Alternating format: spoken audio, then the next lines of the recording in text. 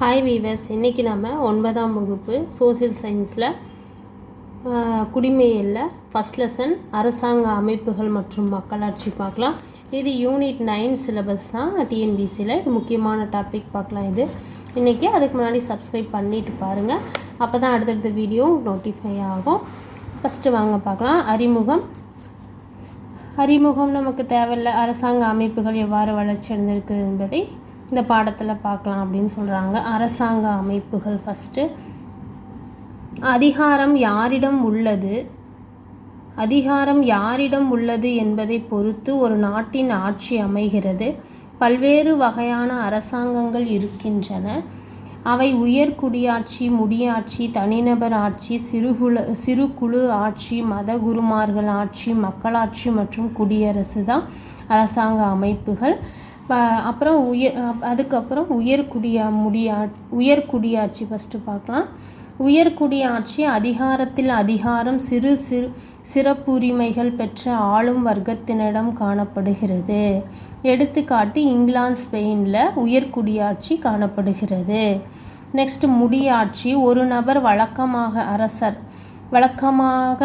அரசராக இருப்பாங்க. ஒரு நபரால் அமைக்கப்படும் அரசாங்கமே முடியாட்சி எனப்படுது.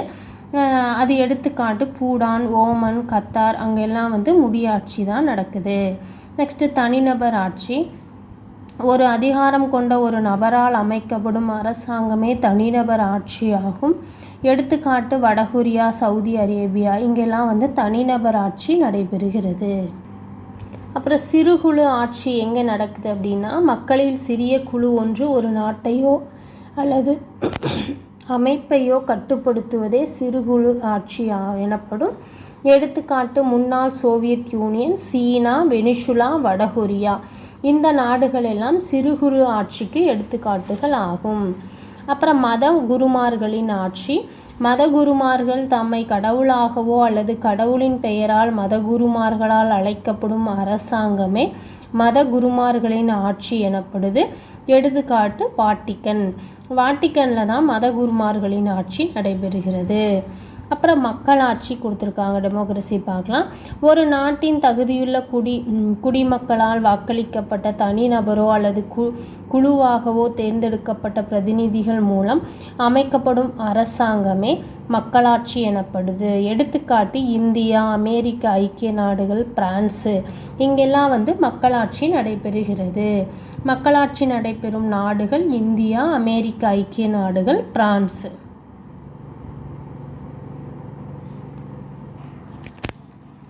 அப்புறம் குடியரசு அப்படின்னா என்னென்னு கொடுத்துருக்காங்க. ரிப்பப்ளிக்னா மக்களிடமோ அல்லது அவர்களால் தேர்ந்தெடுக்கப்படும் பிரதிநிதிகளிடமோ உயரிய அதிகாரம் இருக்கின்றன. அரசாங்க முறையே குடியரசு எனப்படும். இவ்வகை அரசாங்கத்தில் ஒரு முடிமன்னனை காட்டிலும் மக்களால் தேர்ந்தெடுக்கப்பட்ட அல்லது நியமிக்கப்பட்ட குடியரசுத் தலைவர் இருப்பார். எடுத்துக்காட்டு இந்தியா, ஆஸ்திரேலியா. குடியரசுக்கு எடுத்துக்காட்டான நாடுகள் எது அப்படின்னா இந்தியா, ஆஸ்திரேலியா. அப்புறம் இந்த பாக்ஸில் உங்களுக்கு தெரியுமா கொடுத்துருக்காங்க, அது பார்க்கலாம். பொது ஆண்டு முன் 500ஆம் ஆண்டு ரோம் நாட்டில் முதலில் குடியரசு எனும் சொல் வடிவமைக்கப்பட்டது. குடியரசு எனும் சொல் முதல்ல எந்த நாட்டில் வடிவமைக்கப்பட்டதுன்னா ரோம் நாட்டில் தான். அது பொது ஆண்டுக்கு முன் கிபி 500ஆம் ஆண்டில் தான் இந்த சொல் வடிவமைக்கப்பட்டிருக்கு. இந்த சொல் ரெஷ் பப்ளிகா எனும் லத்தீன் மொழி சொல்லிலிருந்து பெறப்பட்டது. இதன் பொருள் பொது விவகாரம் என்பதாகும். இந்த குடியரசு அப்படிங்கிற சொல்லுக்கு பொருள் பொது விவகாரம் என்பதாகும். இந்திய அரசியலமைப்பு நவம்பர் 26, 1949 ஏற்றுக்கொள்ளப்பட்டு ஜனவரி 26, 1950ஆம் ஆண்டு நடைமுறைக்கு வந்தது. இது ரொம்ப இம்பார்ட்டன்ட். இந்திய அரசியலமைப்பு ஏற்றுக்கொள்ளப்பட்ட ஆண்டு நவம்பர் 26, 1949, மறந்துடாதீங்க. அதே மாதிரி இந்திய அரசியலமைப்பு நடைமுறைக்கு வந்த ஆண்டு எது அப்படின்னா ஜனவரி 26, 1950. இது நல்லா ஞாபகம் வச்சுக்கோங்க. எனவே ஜனவரி மாதம் 26ஆம் நாள் தான் 1950ஆம் ஆண்டு இந்திய குடியரசு நாடாக மலர்ந்தது. அப்புறம் மக்களாட்சி என்றால் என்ன? அப்படின்னு கொடுத்துருக்காங்க. அதை பார்க்கலாம். மக்களாட்சி என்பது மக்கள் தங்கள் ஆட்சியாளர்களை தாங்களே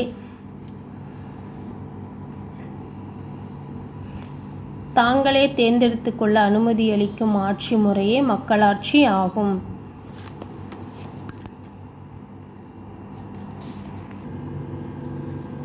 இம்முறையில் மக்களால் தேர்ந்தெடுக்கப்பட்ட தலைவர்கள் மட்டுமே ஆட்சி செய்ய முடியும்.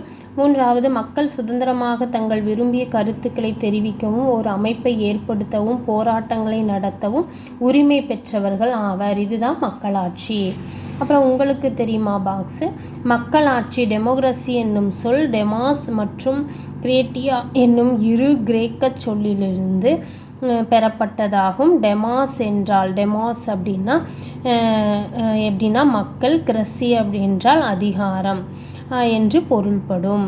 மக்களாட்சி என்பதன் பொருள் கீழே கொடுத்துருக்காங்க. ஒரு நாட்டின் மக்களில் உயர்ந்த அதிகாரங்களை பெற்று அமைக்கும் ஆட்சி முறையே மக்களாட்சி எனப்படும். இதன் பொருள் நாட்டு மக்களின் கைகளில் ஆட்சி அதிகாரம் உள்ளது என்பதாகும். மேலும் மக்கள் தங்களை பிரதிநிதிகளாக ஒரு குறிப்பிட்ட காலத்திற்கு நேரடியாகவோ அல்லது மறைமுகமாகவோ சுதந்திரமாக மற்றும் நேர்மையாக தேர்தல் மூலம் தேர்ந்தெடுத்து கொள்வார்கள். அதுதான் மக்களாட்சி என்பதன் பொருள். மக்களாட்சிக்கு வரையறை கொடுத்துருக்காங்க, அது பார்க்கலாம். ஒரு உண்மையான மக்களாட்சியை 20 பேர் குழுவாக அமர்ந்து கொண்டு செயல்படுத்த முடியாது. இது கீழ்நிலையில் உள்ள ஒவ்வொரு கிராம மக்களால் செயல்படுத்துவதாகும் என தேசப்பிதா மகாத்மா காந்தி குறிப்பிடுகிறார். மக்களாட்சியை பற்றி வரையறை சொன்னவர் யார் அப்படின்னா மகாத்மா காந்தி அவர்கள். அது என்னென்னு ஒரு டைம் சொல்கிறேன், ஒரு 1 or 2 டைம்ஸ் இந்த வீடியோ போட்டு கேளுங்க, நல்லா உங்களுக்கு புரிஞ்சிடும். ஒரு உண்மையான மக்களாட்சியை 20 பேர் குழுவாக அமர்ந்து கொண்டு செயல்படுத்த முடியாது. அது கீழ்நிலையில் உள்ள ஒவ்வொரு கிராம மக்களால் செயல்படுத்துவதாகும் என குறிப்பிட்டவர் யார்? மக்களாட்சி குறித்து வரையறை சொன்னவர் யார் அப்படின்னா மகாத்மா காந்தி அவர்கள். அப்புறம் மக்களாட்சியின் சிறப்பு கூறுகள் என்ன அப்படின்னா, மக்களால் தேர்ந்தெடுக்கப்படும் பிரதிநிதிகள் இறுதி முடிவை மேற்கொள்ளும் அதிகாரத்தை பெற்றிருக்கிறாங்க. சுதந்திரமாக மற்றும் நேர்மையான தேர்தல்கள். அப்புறம் 18 வயது நிறைய பெற்ற அனைவருக்கும் சம மதிப்புடைய வாக்குரிமை, அடிப்படை உரிமைகள் மற்றும் தனிநபர் சுதந்திரத்தை பாதுகாப்பது தான் மக்களாட்சியின் சிறப்பு கூறுகள் தான் இவைகள் எல்லாம். அப்புறம் இந்த பாக்ஸில் மக்களால் மக்களுக்காக மக்களே நடத்தும் ஆட்சி மக்களாட்சி என்று அமெரிக்க ஐக்கிய நாடுகளின் மேனல் குடியரசுத் தலைவர் முன்னாள் குடியரசுத் தலைவர் ஆப்ரஹாம் லிங்கன் மக்களாட்சிக்கு வரையறை கூறியுள்ளவர் யாருன்னா இவர் தான், ஆப்ரஹாம் லிங்கன் அவர்கள். மக்களாட்சியின் பரிணாம வளர்ச்சி. ஏதேன்ஸ் உட்பட்ட பண்டைய கிரேக்க நாட்டின் ஒரு சில நகர அரசுகளில் 2500 ஆண்டுகளுக்கு முன்பாகவே மக்களாட்சி முறை தோன்றியது. ஏதேன்ஸ் உட்பட்ட பண்டைய கிரேக்க நாட்டிலெல்லாம் நகர சில நகர அரசுகளை 2500 ஆண்டுகளுக்கு முன்பாகவே மக்களாட்சி முறை தோன்றியதுன்னு சொல்கிறாங்க. இது இம்பார்ட்டன்ட். அப்புறம் வேத காலத்திற்கு முன்பாகவே இந்தியாவில் மக்களாட்சி முறை அமைப்புகள் இருந்தது என்பது பற்றி அறிவது மிக முக்கியமாக இருக்குது. உள்ளாட்சி அமைப்பின் அடிப்படை அழகாக சுயாட்சி பெற்ற கிராம குழுக்கள் பண்டைய காலத்தில் இருந்தது எனும் செய்தியை சாணக்கியரின் அர்த்தசாஸ்திரம் என்ற நூல் கூறுகிறது. அதாவது உள்ளாட்சி அமைப்பின் அடிப்படை அழகாக சுயாட்சி பெற்ற கிராம குழுக்கள் பண்டைய காலத்தில் இருந்துச்சு அப்படின்னு அந்த செய்தியை சொல்லுகிறது எது அப்படின்னா சாணக்கியரின் அர்த்தசாஸ்திரம் என்ற நூல் தான் இதை பற்றி கூறுகிறது. பண்டைய தமிழகத்தில் பிற்கால சோழர்களின் காலத்தில் குறிப்பிடத்தக்க சிறப்பு வாய்ந்த குடவோலை முறை இருந்தது. சுதந்திரம், சமத்துவம், சகோதரத்துவம், பொறுப்புடைமை, வெளிப்படைத்தன்மை, நம்பிக்கை ஆகிய மதிப்பீடுகள் மக்களாட்சியின் வளர்ச்சியை பிரதிபலிக்கிறது. குடவோலை முறை யார் காலத்தில் இருந்துச்சு அப்படின்னா பிற்கால சோழர்களின் காலத்தில் தான் குடவோலை முறை இருந்தது. அப்புறம் கீழே மக்களாட்சி வகைகள் கொடுத்துருக்காங்க. மக்களாட்சி இரு வகைப்படும். அவைகள் நேரடி மக்களாட்சி, மறைமுக மக்களாட்சி அல்லது பிரதிநிதித்துவ மக்களாட்சி. பிரதிநிதித்துவ மக்களாட்சின்னு சொன்னாலும் அதுவும் மறைமுக மக்களாட்சியை தான் குறிப்பிடும். 2 மக்களாட்சிகள் தான் இருக்குது. ஒன்று நேரடி மக்களாட்சி, இன்னொன்று மறைமுக மக்களாட்சி. அதில் மக்களாட்சி வகைகள் என்பது மக்கள் சமமாக பங்கேற்று அனுமதிக்கும் சமூக அமைப்பு அல்லது அரசாங்க வகைகளை தான் குறிப்பிடுது. நேரடி மக்களாட்சி ஃபஸ்ட்டு பார்க்கலாம். பொது விவகாரங்களில் மக்களே நேரடியாக முடிவெடுக்கக்கூடிய அரசு முறையே நேரடி மக்களாட்சி என்கிறோம். எடுத்துக்காட்டு பண்டைய கிரேக்க நகர அரசுகள், சுவிட்சர்லாந்து. இந்த 2 நாடுகளும் தான் நேரடி மக்களாட்சிக்கு எடுத்துக்காட்டு.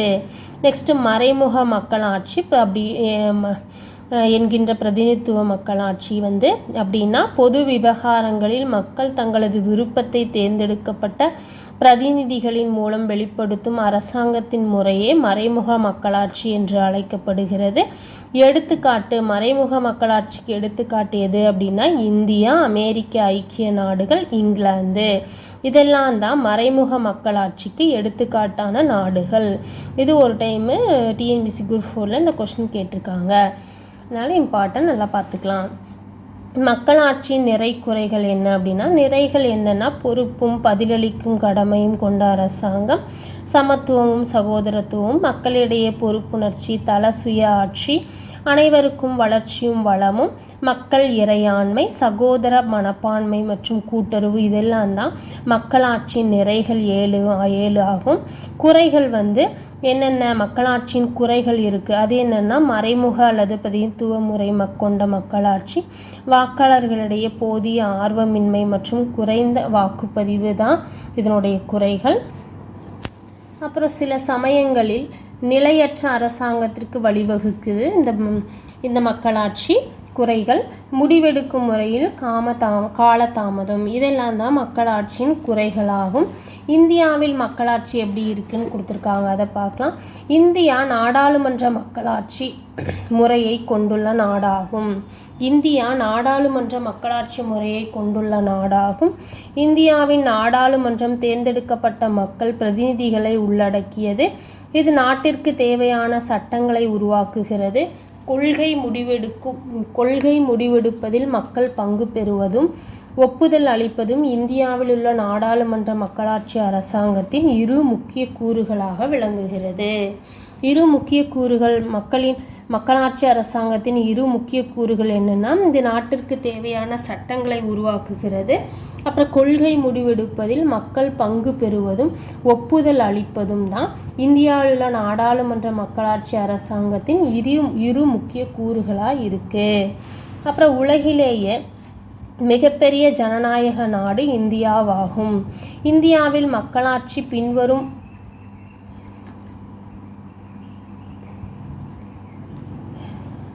பின்வரும் 5 முக்கிய கொள்கையின் அடிப்படையில் இயங்குகிறது மக்களாட்சி இந்தியாவில். அவை இறையாண்மை, சமதர்ம, மதச்சார்பின்மை, மக்களாட்சி மற்றும் குடியரசு. இது ஒரு டைமு டிஎன்பிஎஸ்சியில் இந்த கொஸ்டினும் கேட்டிருக்காங்க. இது கரெக்டாக ஆர்டர் பண்ண சொல்லி கேட்பாங்க. அதனால் இது நல்லா பார்த்துக்கோங்க. ஃபஸ்ட்டு இறையாண்மை தான் வரும்.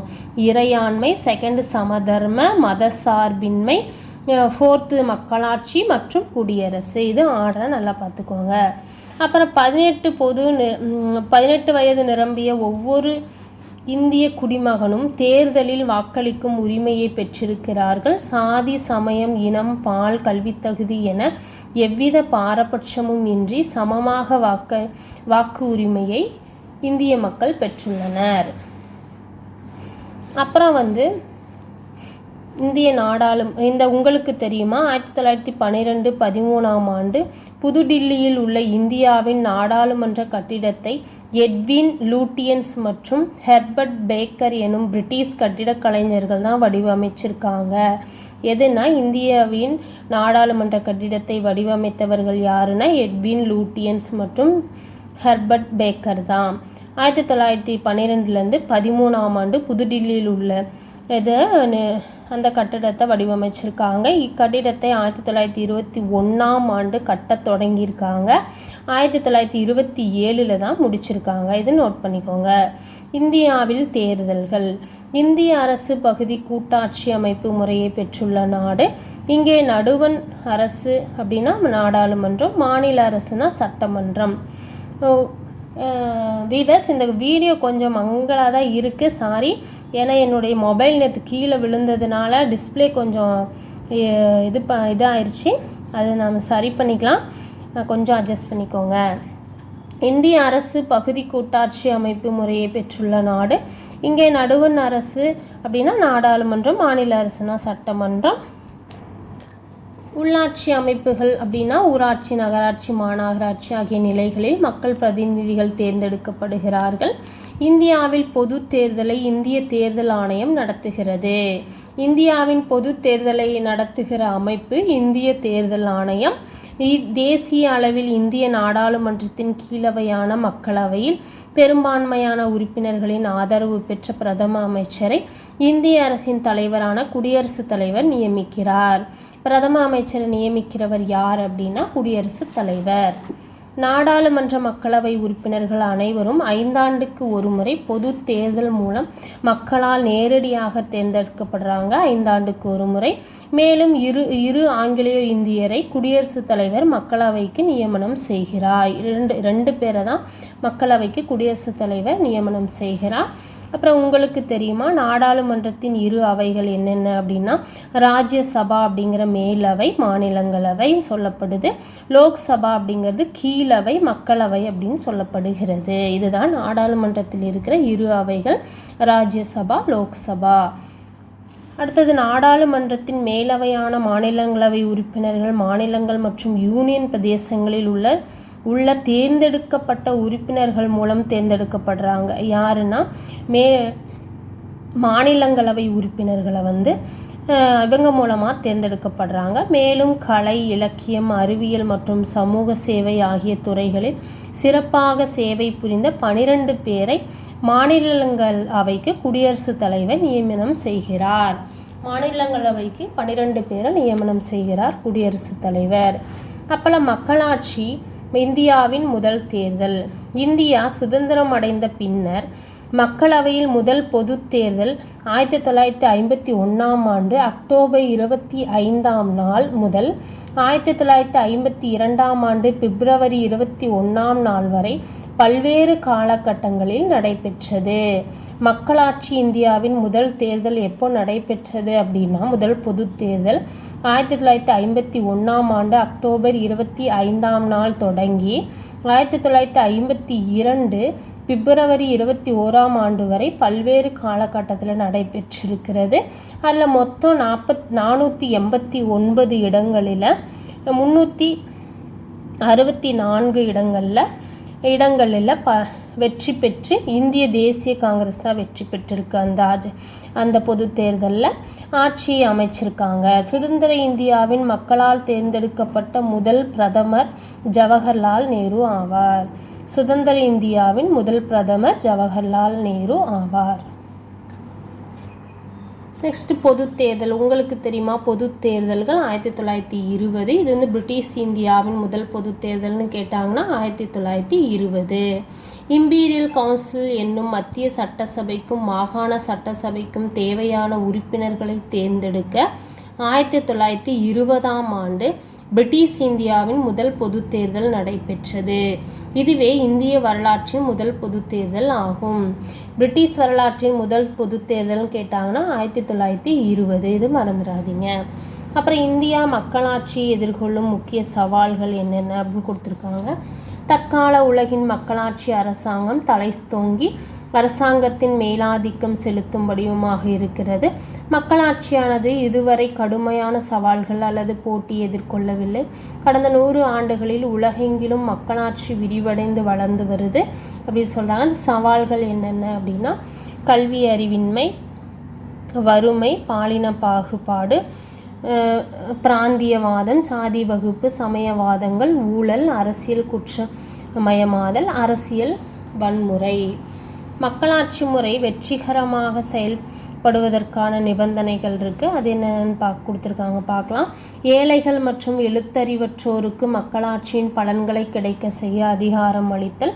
தேர்ந்தெடுக்கப்பட்ட பிரதிநிதிகள் தமது அதிகாரத்தை தேர்ந்தெடுக்கப்பட்ட பிரதிநிதிகள் தமது அதிகாரத்தை பொது சொத்தையும் தவறாக பயன்படுத்தாமல் இருத்தல், மக்களாட்சி முறையை பிடித்திருக்கும் சமூக தீமைகளையும் சமூக கொடுமைகளையும் ஒழித்தல், மக்களின் கருத்தை பிரதிபலிக்க பாரபட்சமற்ற திறமை மிக்க ஊடகங்களின் தேவையை உணர்தல், பொதுமக்களின் கருத்து வலுவாக இருத்தல், மக்களிடையே சகிப்புத்தன்மை மத நல்லிணக்கமும் நிலவுதல், அடிப்படை உரிமைகளை பற்றிய அறிவும் விழிப்புணர்வும் மக்களிடையே ஏற்படுத்துதல், இதெல்லாம் தான் மக்களாட்சி முறை வெற்றிகரமாக செயல்படுத்துவதற்கான நிபந்தனைகள். அப்புறம் இந்த பக்கம் கொஞ்சம் கொடுத்துருவோம், இதையும் பார்த்துடலாம். இந்த லெசன் முடியுது. தேர்ந்தெடுக்கப்பட்ட மக்கள் பிரதிநிதிகளின் செயல்பாடுகளை கண்காணித்தல், வலுவான பொறுப்புமிக்க எதிர்க்கட்சியாக இருத்தல், சமத்துவம், சுதந்திரம், சமூக நீதி, பொறுப்புணர்வு மற்றும் அனைவருக்கும் மதிப்பளித்தல் போன்ற அடிப்படை மக்களாட்சி பண்புகளை மக்கள் மனதில் கொண்டு செயல்படும் போது மக்களாட்சி மேலும் துடிப்பானதாகவும் வெற்றிகரமானதாகவும் இருக்குன்னு சொல்லி இந்த லெசனை முடிச்சிருக்காங்க. இந்த லெசன் ரொம்ப இம்பார்ட்டன்ட், நல்லா பார்த்துக்கோங்க. இந்த லெசனில் இன்னும் புக் பேக் கொஸ்டின்ஸ் இருக்குது, அதுவும் பார்த்துடலாம். சரியான விடையை தேர்வு செய்யும். Roman letter 1. ஃபர்ஸ்ட் கொஸ்டின், ஒரு நபரோ அரசரோ அல்லது அரசியோ ஆட்சி செய்யும் முறை. ஆன்சர் முடியாட்சி. செகண்ட் கொஸ்டின், முழு அதிகாரத்துடன் கொண்ட ஒரு அரசாங்க முறை. ஆன்சர் தனிநபர் ஆட்சி. தேர்ட் கொஸ்டின், முன்னாள் சோவியத் யூனியன் டேஸுக்கு எடுத்துக்காட்டு. ஆன்சர் சிறுகுழு ஆட்சிக்கு எடுத்துக்காட்டு. ஃபோர்த்து கொஸ்டின், பொருந்தாத ஒன்றை தேர்ந்தெடுக்கவும். இந்தியா, அமெரிக்க ஐக்கிய நாடுகள், பிரான்ஸ் இதெல்லாம் மக்களாட்சியுடைய நாடுகள். வாட்டிக்கன் தான் அந்த பொருந்தாதது. Answer Vatican. ஆப்ரஹாம் லிங்கன் டேஸ் நாட்டின் ஜனாதிபதியாக இருந்தார். ஆன்சர் அமெரிக்க ஐக்கிய நாட்டின் ஜனாதிபதியாக இருந்தார். குடவோலை முறையை பின்பற்றியவர்கள் சோழர்கள். பழங்காலத்தில் நேரடி மக்களாட்சி முறை பின்பற்றப்பட்ட பகுதி பண்டைய ஏதேன்ஸ் நகர அரசுகள் தான். எந்த மொழியிலிருந்து, ஃபிஃப்த் கொஸ்டின், எந்த மொழியிலிருந்து டெமோக்ரஸி என்ற வார்த்தை பெறப்பட்டது. ஆன்சர் கிரேக்கம். 9வது கேள்வி, மக்களாட்சியில் இறுதி அதிகாரம் பெற்றவர்கள். ஆன்சர் நாடாளுமன்றம். 10வது கொஸ்டின், கீழ்கண்ட எந்த ஒரு நாடானது அதிபர் அரசாங்க முறையினை கொண்டுள்ளது. ஆன்சர் அமெரிக்க ஐக்கிய நாடுகள். 11வது கேள்வி, உலகிலேயே மிகப்பெரிய மக்களாட்சி நாடு. Answer India. 12வது கேள்வி, கூற்று காரணம். கூற்று, நேரடி மக்களாட்சி சுவிட்சர்லாந்தில் நடைமுறையில் உள்ளது. காரணம், மக்கள் நேரடியாக முடிவெடுப்பதில் பங்கு பெறுகிறார்கள். ஆன்சர் ஏ மற்றும் ஆர் இரண்டுமே, கூற்று காரணம் இரண்டுமே சரியானது. கூற்று காரணத்தை சரியாக விளக்குகிறது. அப்புறம் 13வது கேள்வி, கூற்று, இந்தியாவில் நாடாளுமன்ற அரசாங்க முறை பின்பற்றப்படுகிறது. காரணம், இந்திய நாடாளுமன்றம் இரு சபைகளை உள்ளடக்கியது. ஆன்சர் ஏ மற்றும் ஆர் இரண்டும் சரியானது. ஆர் ஏவை விளக்கவில்லை. இதுதான் ஆன்சர். வாக்குரிமையின் பொருள் தேர்ந்தெடுப்பதற்கான உரிமை. ஆன்சர் தேர்ந்தெடுப்பதற்கான உரிமை. 15வது கேள்வி, அனைவருக்கும் வாக்குரிமை வழங்குவது. ஆன்சர் சட்ட சமத்துவம். 16வது கேள்வி, பிரதமரை நியமிப்பது. ஆன்சர் குடியரசுத் தலைவர் தான் பிரதமரை நியமிப்பவர். குடியரசுத் தலைவரால் நியமிக்கப்படுபவர்கள். ஆன்சர் ராஜ்யசபைக்கு 12 உறுப்பினர்கள் தான் குடியரசுத் தலைவர் நியமிக்கப்படுகிறவர். 18வது கேள்வி, இந்தியாவில் சுதந்திரத்துக்கு பிறகு முதல் பொது தேர்தல் நடைபெற்ற ஆண்டு. 1951லேருந்து 52 வரை. இதே பிரிட்டிஷ் இந்தியாவின் முதல் பொது தேர்தல்னு கேட்டால் மறந்துடாதீங்க, 1920. இது இந்தியாவின் சுதந்திரத்திற்கு பிறகுன்னு கேட்டாங்கன்னா 1951, 52 வரை. அப்புறம் கோடிட்ட இடங்களை நிரப்புக. இந்திய அரசியலமைப்பு இறுதியாக ஏற்றுக்கொள்ளப்பட்ட ஆண்டு 1949 நவம்பர் 26. நடைமுறைக்கு வந்தது உங்களுக்கு தெரியும். நடைமுறைக்கு வந்தது ஜனவரி 26, 1950 தான் நடைமுறைக்கு வந்தது. ஏற்றுக்கொள்ளப்பட்டது 1949 நவம்பர் 26. 2வது கேள்வி, 2 வகையான மக்களாட்சி டேஸ் மற்றும் டேஸ் ஆகும். நேரடி மற்றும் மறைமுக மக்களாட்சி. 3வது கேள்வி, நேரடி மக்களாட்சிக்கு ஒரு எடுத்துக்காட்டு சுவிட்சர்லாந்து. அது குழந்தைங்க தப்பாக எழுதியிருக்காங்க, சுவிட்சர்லாந்து. இந்தியா டேஸ் மக்களாட்சி முறையினை கொண்டுள்ள நாடு. ஆன்சர் மறைமுக மக்களாட்சி கொண்ட நாடு. சுதந்திர இந்தியாவின் முதல் பிரதமர் ஜவஹர்லால் நேரு ஆவார். ஆங்கிலேய ஆட்சி காலத்தில் முதல் பொது தேர்தல் நடத்தப்பட்ட ஆண்டு. இங்கே பாருங்கள், இந்த கொஸ்டினும் கேட்டிருக்காங்க. பிரிட்டிஷ் இந்தியா காலத்தில் ஆட்சி காலத்தில் முதல் பொது தேர்தல் நடத்தப்பட்ட ஆண்டு 1920. இந்தியாவின் நாடாளுமன்ற கட்டிடத்தை வடிவமைத்தவர்கள் எட்வின் லூட்டியன்ஸ் மற்றும் ஹெர்பர்ட் பேக்கர். அவங்க 2 பேரும் தான் இந்தியாவின் நாடாளுமன்ற கட்டிடத்தை வடிவமைத்தவர்கள். நெக்ஸ்ட் பொறுத்துக. தனிநபர் ஆட்சி. தனிநபர் ஆட்சி, வாக்குரிமை, சாணக்கியர், மதகுருமார்களின் ஆட்சி இந்த பக்கம் கொடுத்துருக்காங்க.